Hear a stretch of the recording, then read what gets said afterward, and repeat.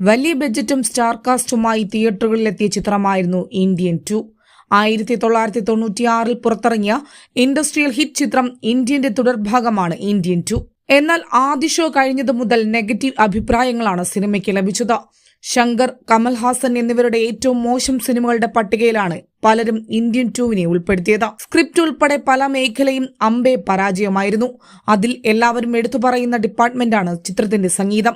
ആദ്യ ഭാഗത്തിൽ AR റഹ്മാൻ ചെയ്തുവെച്ച സംഗീതത്തിന്റെ 7 അയലത്തെത്താൻ അനിരുദ്ധിന്റെ സംഗീതത്തിനായിട്ടില്ലെന്നാണ് പലരും അഭിപ്രായപ്പെടുന്നത്. കഴിഞ്ഞ കുറച്ചു വർഷങ്ങളായി അനിരുദ്ധ് ചെയ്ത പാട്ടുകളെല്ലാം ചാർട്ട് ബസ്റ്റേഴ്സായി മാറിയിരുന്നു. ഇതോടെ പലരും അനിരുദ്ധിനെ AR റഹ്മാന് മുകളിൽ പ്രതിഷ്ഠിച്ചു വെച്ചു. എന്നാൽ ഇന്ത്യൻ 2 ഇത്തരം വാദങ്ങൾക്കുള്ള മറുപടിയാണെന്നാണ് റഹ്മാൻ ഫാൻസ് അഭിപ്രായപ്പെടുന്നത്.